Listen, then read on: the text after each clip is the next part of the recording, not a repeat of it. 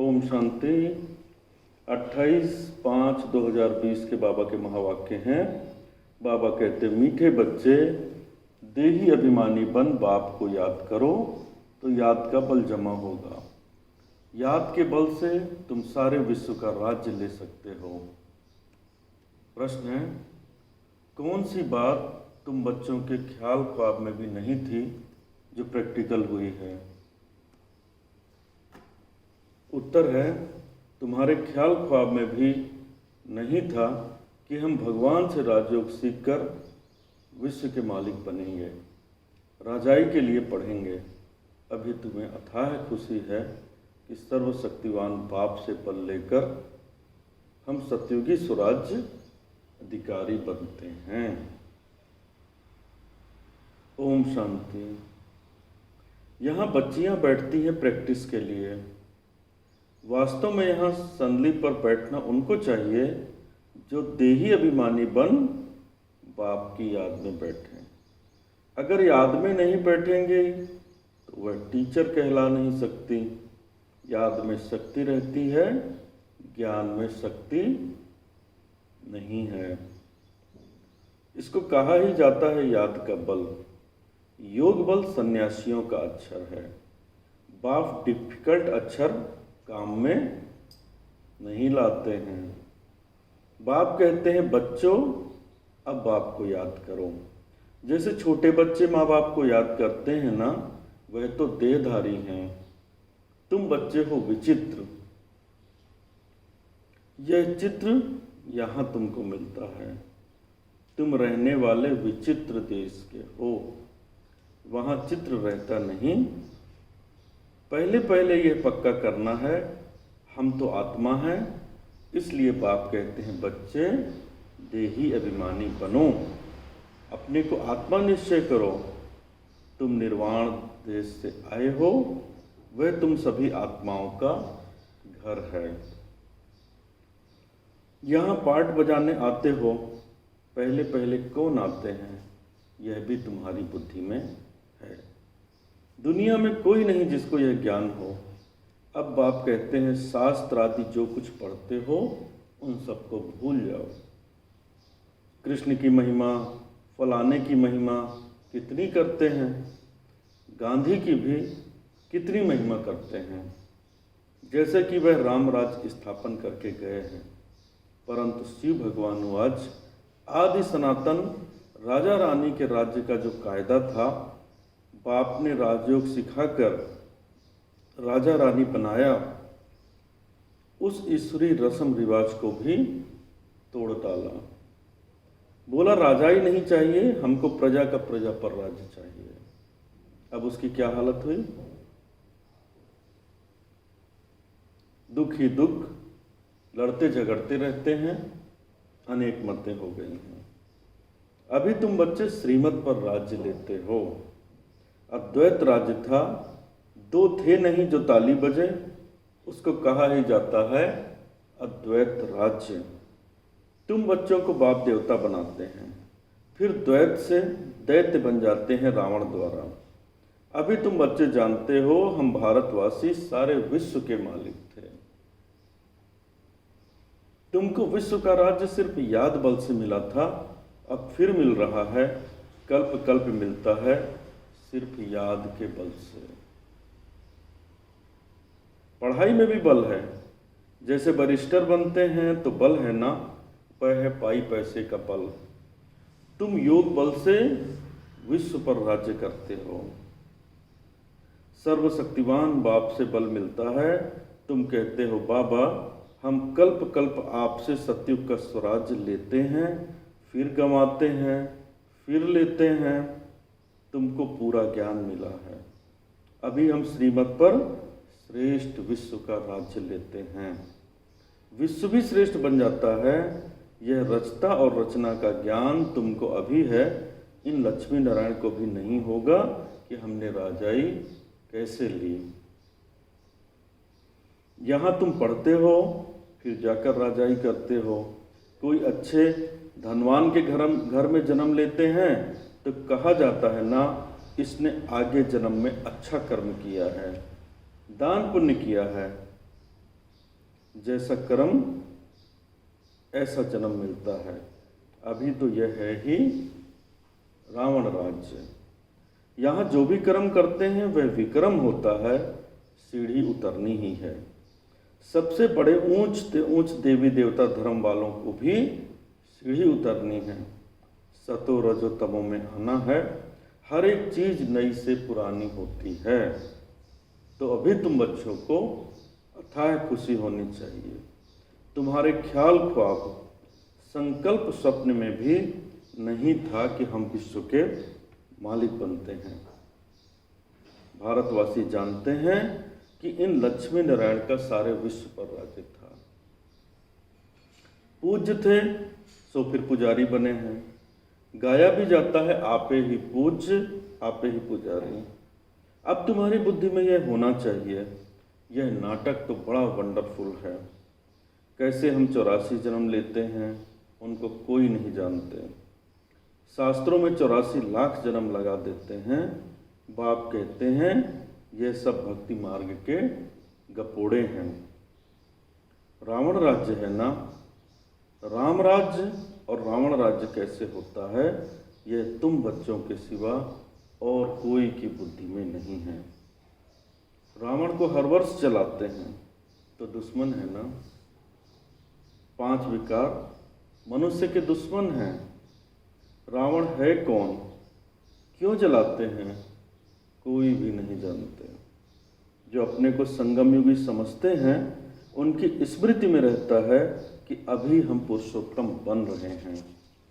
भगवान हमको राजयोग सिखलाकर नर से नारायण, भ्रष्टाचारी से श्रेष्ठाचारी बनाते हैं। तुम बच्चे जानते हो हमको ऊंच ते ऊंच निराकार भगवान पढ़ाते हैं। कितनी अथाह खुशी होनी चाहिए। स्कूल में स्टूडेंट की बुद्धि में रहता है ना, हम स्टूडेंट हैं। वह तो है कॉमन टीचर, पढ़ाने वाला। यहाँ तो तुमको भगवान पढ़ाते हैं। जब पढ़ाई से इतना ऊंच पद मिलता है तो कितना अच्छा पढ़ना चाहिए। है बहुत इजी, सिर्फ सवेरे आधा पौना घंटा पढ़ना है। सारा दिन धंधे आदि में याद भूल जाती है, इसलिए यहाँ सवेरे आकर याद में बैठते हैं। कहा जाता है बाबा को बहुत प्रेम से याद करो। बाबा आप हमको पढ़ाने आए हैं। अभी हमको पता पड़ा है कि आप 5000 वर्ष बाद आकर पढ़ाते हैं। बाबा के पास बच्चे आते हैं तो बाबा पूछते हैं आगे कब मिले हैं। ऐसा प्रश्न कोई भी साधु सन्यासी आदि कभी पूछ न सके। वहाँ तो सत्संग में जो चाहे जाकर बैठते हैं। बहुतों को देखकर सब अंदर घुस जाते हैं। तुम भी अभी समझते हो हम गीता रामायण आदि कितना खुशी से जाकर सुनते थे। समझते तो कुछ नहीं थे। वह सब भक्ति की ही खुशी है। बहुत खुशी में नाचते रहते हैं परंतु फिर नीचे उतरते आते हैं। किस्म किस्म के हठयोग आदि करते हैं। तंदुरुस्ती के लिए ही सब करते हैं। तो बाप समझाते हैं यह सब है भक्ति मार्ग की रस्म रिवाज। रचता और रचना को कोई थोड़े ही जानते हैं तो बाकी रहा ही क्या। रचता रचना को जानने से तुम क्या बनते हो और ना जानने से तुम क्या बन पड़े। तुम जानने से सॉल्वेंट बनते हो, न जानने से वही भारतवासी इंसॉल्वेंट बन पड़े हैं। गपोड़े मारते रहते हैं। क्या क्या दुनिया में होता रहता है। कितने पैसे सोना आदि लूटते हैं। अब तुम बच्चे जानते हो वहाँ तो हम सोने के महल बनाएंगे। बैरिस्ट्री आदि पढ़ते हैं तो अंदर में रहता है ना हम यह इम्तहान पास कर फिर यह करेंगे, घर बनाएंगे। तुमको क्यों नहीं बुद्धि में आता है कि हम स्वर्ग का प्रिंस प्रिंसेस बनने के लिए पढ़ रहे हैं। खुशी कितनी रहनी चाहिए। परंतु बाहर जाने से ही खुशी गुम हो जाती है। छोटी छोटी बच्चियां इस ज्ञान में लग जाती हैं। संबंधी कुछ भी नहीं समझते, कह देते जादू है। कहते हैं हम पढ़ने नहीं देते। इस हालत में जब तक सगीर है तो माँ बाप का कहना मानना पड़ेगा। हम ले नहीं सकते। बहुत खिटपिट हो पड़ती है। शुरू में कितनी खिटपिट हुई। बच्ची कहे हम 18 वर्ष की हैं, बाप कहे नहीं 16 वर्ष की हो। सगीर है, झगड़ा कर पकड़ ले जाते थे। सगीर माना ही बाप के हुक्म में चलना है। बालिग है, फिर जो चाहे सो करे। कायदे भी है ना। बाबा कहते तुम जब बाप के पास आते हो तो कायदा है अपने लौकिक बाप का सर्टिफिकेट चिट्ठी लेकर आओ। फिर मैनर्स भी देखने होते हैं। मैनर्स ठीक नहीं तो वापस जाना पड़ेगा। खेल में भी ऐसा होता है।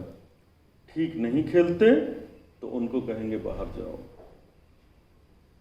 आबरू, इज्जत गंवाते हो। अभी तुम बच्चे जानते हो हम युद्ध के मैदान में हैं। कल्प कल्प बाप आकर हमको माया पर जीत पहनाते हैं। मूल बात ही है पावन बनने की। पतित बने हैं विकार से। बाप कहते हैं काम महाशत्रु है। यह आदि मध्य अंत दुख देने वाला है।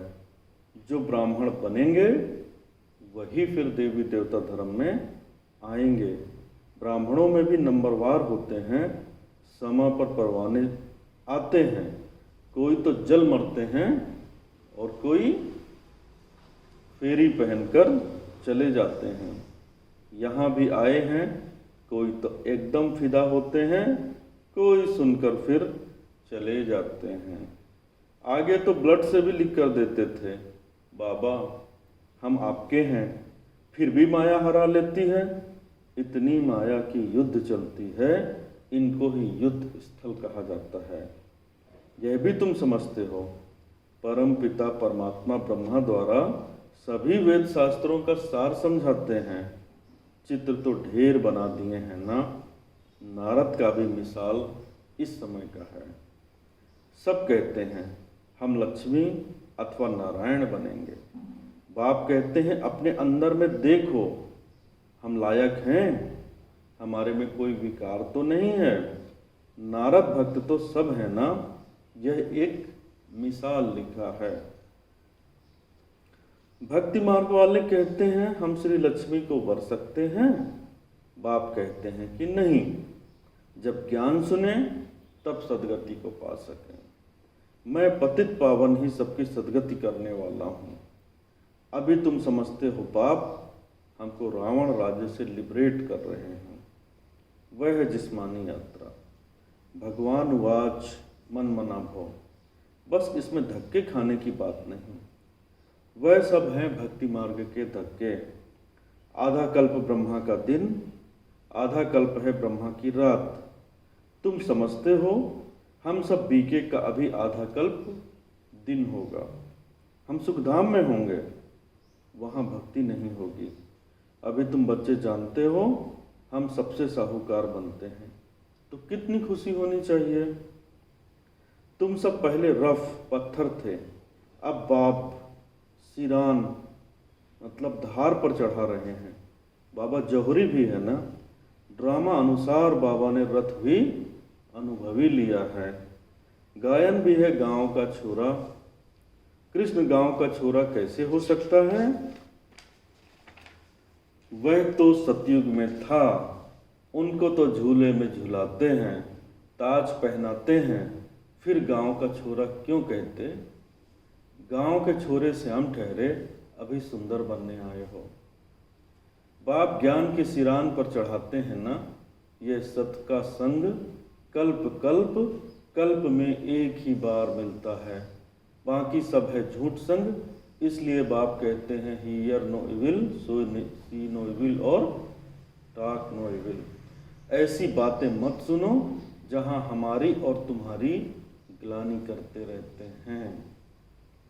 जो कुमारियां ज्ञान में आती हैं वह तो कह सकती हैं कि हमारा बाप की प्रॉपर्टी में हिस्सा है। क्यों ना हम उनसे भारत की सेवा अर्थ सेंटर खोलूं? कन्यादान तो देना ही है, वह हिस्सा हमको दो तो हम सेंटर खोलें, बहुतों का कल्याण होगा। ऐसी युक्ति रचनी चाहिए, यह है तुम्हारी ईश्वरीय मिशन। तुम पत्थर बुद्धि को पारस बुद्धि बनाते हो। जो हमारे धर्म के होंगे वह आएंगे। एक ही घर में देवी देवता धर्म का फूल निकल आएगा, बाकी नहीं आएंगे। मेहनत लगती है ना। बाप सभी आत्माओं को पावन बनाकर सबको ले जाते हैं, इसलिए बाबा ने समझाया था संगम के चित्र पर ले आओ। इस तरफ है कलयुग और उस तरफ है सतयुग। सतयुग में है देवताएं, कलयुग में है असुर। इसको कहा जाता है पुरुषोत्तम संगम युग। बाप ही पुरुषोत्तम बनाते हैं। जो पढ़ेंगे वह सतयुग में आएंगे, बाकी सब मुक्ति धाम में चले जाएंगे, फिर अपने अपने समय पर आएंगे। यह गोले का चित्र बड़ा अच्छा है। बच्चों को सर्विस का शौक होना चाहिए। हम ऐसी ऐसी सर्विस कर गरीबों का उद्धार कर उनको स्वर्ग का मालिक बनाएंगे, ऐसा शौक होना चाहिए। अच्छा के बाद क्या बोलते हैं बाबा? मीठे मीठे सिखिलते बच्चों प्रति माता पिता बाप दादा का याद प्यार और गुड मॉर्निंग। रूहानी बाप की रूहानी बच्चों को नमस्ते। हम रूहानी बच्चों की रूहानी माता पिता बाप दादा को बहुत बहुत याद प्यार, गुड मॉर्निंग, नमस्ते नमस्ते नमस्ते, शुक्रिया बाबा, थैंक्स। धारणा के लिए मुख्य सार पहला है, अपने आप को देखना है। हम श्री लक्ष्मी श्री नारायण समान बन सकते हैं। हमारे में कोई विकार तो नहीं है। फेरी लगाने वाले परवाने हैं या फिदा होने वाले। ऐसे मैनर्स तो नहीं हैं जो बाप की आबरू इज्जत जाए। दूसरा है, अथाह खुशी में रहने के लिए सवेरे सवेरे प्रेम से बाप को याद करना है और पढ़ाई पढ़नी है। भगवान हमको पढ़ाकर पुरुषोत्तम बना रहे हैं। हम संगम युगी हैं, इस नशे में रहना है। वरदान है, रूहानी शक्ति को हर कर्म में यूज करने वाले युक्ति युक्त जीवन मुक्त भव। विस्तार है वरदान का। इस ब्राह्मण जीवन की विशेषता है ही रूहानियत। रूहानियत की शक्ति से ही स्वयं को व सर्व को परिवर्तन कर सकते हो। इस शक्ति से अनेक प्रकार के जिस्मानी बंधनों से मुक्ति मिलती है। लेकिन युक्ति युक्त बन हर कर्म में लूज होने की बजाय रूहानी शक्ति को यूज करो। मनसा वाचा और कर्मणा तीनों में साथ साथ रूहानियत की शक्ति का अनुभव हो। जो तीनों में युक्त हैं वो ही जीवन मुक्त हैं। स्लोगन है, सत्यता की विशेषता द्वारा खुशी और शक्ति की अनुभूति करते चलो। ओम शांति।